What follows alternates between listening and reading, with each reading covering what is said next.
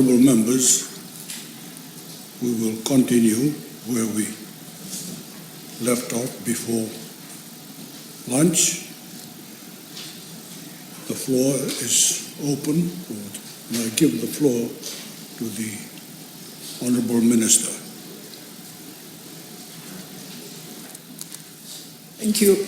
Thank you, Honourable Speaker. I think from the outset, I'd like to start with the fact that this is a parliamentary process that we're going through.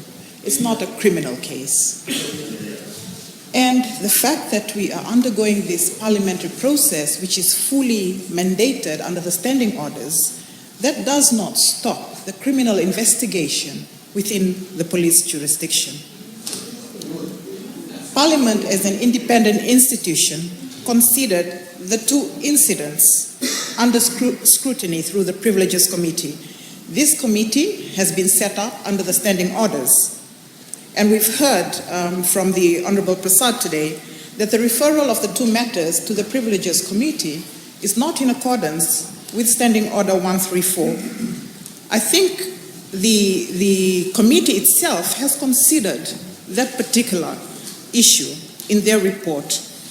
And if we look at page 9 of their report, they're referring to Standing Order 1272B, which states that the mandate of the committee is to consider any questions of privilege as may be referred to it by Parliament or Speaker concerning any breach of privilege on the part of any person or persons. So, Honourable Speaker, the referral of the two matters to the Privileges Committee is allowed also under the standing orders of this Parliament to be referred to committee by your Honourable Speaker, sir. Now, the Privileges Committee has considered the two incidents. They've scrutinized the facts, they've looked at the CCTV, it's quite a lengthy report here. They've considered the facts that's before the House. So I will not venture into regurgitating the facts of the two particular incidents. The important fact is they have found that both parties were wrong. There's a breach of privilege. So that's where we stand at this point in time. The Privileges Committee has found that the Honourable Prime Minister and Honourable PM and Tikoduadua were both wrong in the incidents that were referred to them. And in accordance with that finding, they've come up with a relevant penalty in their wisdom. They say they're going to apologize. Each of them has to apologize today. And if they fail, if they refuse to apologize, then they will be suspended for a period of 6 months. As members of Parliament, we have, through the standing orders, allowed for a Privileges Committee to deal with such instances that we are involved in the precincts of Parliament. And that's the process that we're talking about today. There's an opposition to the motion that's before the House. They're saying that the Honourable Prime Minister was wrong. We're not saying that he wasn't wrong. The Privileges Committee has made that finding for us. The Privileges Committee has also found that Honourable PM and Tikoduadua was wrong. He's given his evidence before the committee. They've analyzed that against what was spoken. If you look at the report itself, Honourable Speaker, you will find that there's reference to the fact that the house that was referred to was in capital H. The word was spoken. We didn't see it written. That was an interpretation that was made by the Secretariat. We all heard, no, it was not the August House. If we're to look at the verbatim of the particular report, it's your house. Your house. Prior to that, there was a reference. There's a reference, it's in the report. The Honourable Prime Minister should be the last person talking about violence against women in this house. In this house, that's very clear. He should be the last. You should know what is happening in your own house. That's the distinction. That's the distinction.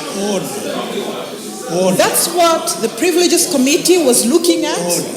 And they have made a ruling looking at those sentences, the circumstances surrounding it. They have made a ruling that that comment was wrong.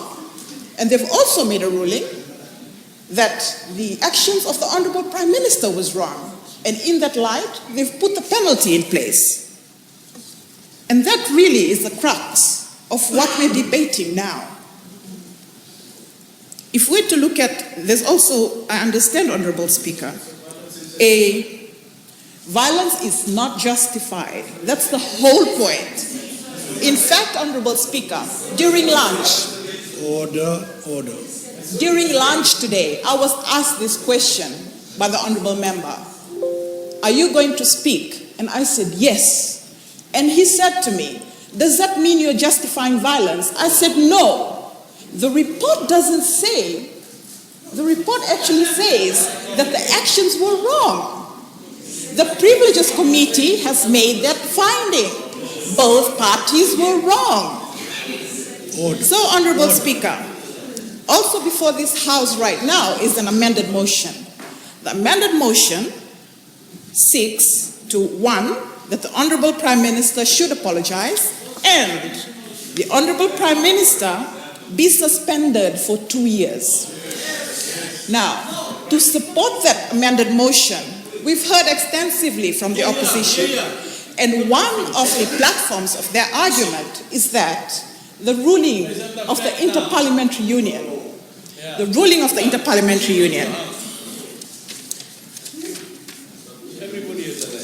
and in referring to the ruling of the Interparliamentary Union, there was actually a really good summary of those decisions that were made. One, suspension of 2 years is disproportionate. It talked about right to representation, to represent the electorate was violated, etc. My point, Honorable Speaker, is this. The opposition is using the ruling of the Interparliamentary Union to say that the sentences that were given previously were excessive. Now we're at a point now where we're supposed to be applying the IPU decisions. If you were to apply the IPU decision, then you wouldn't have put this amended motion before the House, asking for a 2-year suspension. Because that's exactly the point of the IPU ruling in the first place. There's inconsistency in the arguments proffered before the House to support the amended motion before it.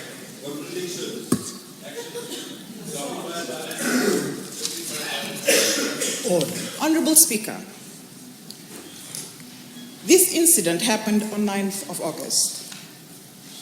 We are now a few weeks down the road after the Privileges Committee has met.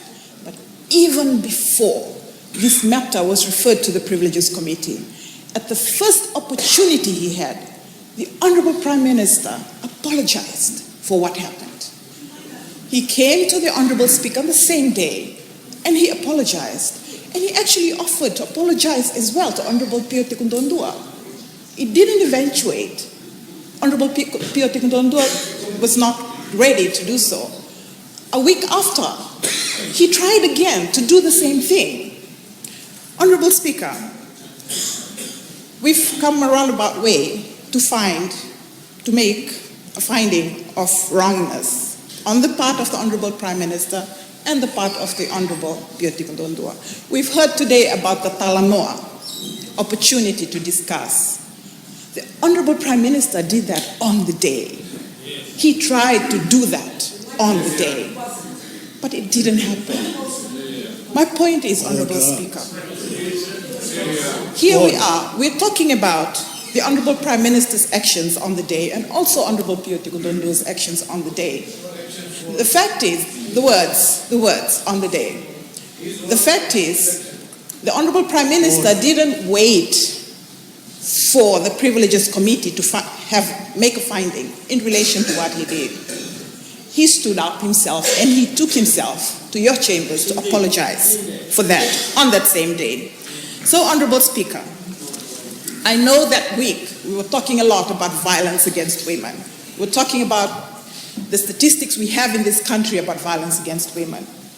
And I know that after this, I'm already hearing it from the opposition while I'm talking here, about just me by talking, I'm justifying violence. No, we're missing the point here. We have to look back at what we're dealing with here.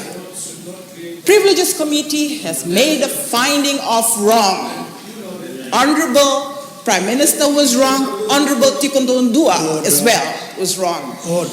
They have put in place the recommendations for penalty, the power that they have. Really, it's the penalty that's the issue here. Honorable Speaker, I stand in support of the motion of the Privileges Committee. They've made a finding that both parties were wrong. They've made recommendations on penalty that both parties must apologize today. And if they fail, they will be suspended for 6 months. And I do not support the amended motion before the House. Thank you, Honorable Speaker. I thank the Honorable Minister Mereseini Vuniwaqa, and I now give the floor to the Honorable Premier Kumar. You have the floor,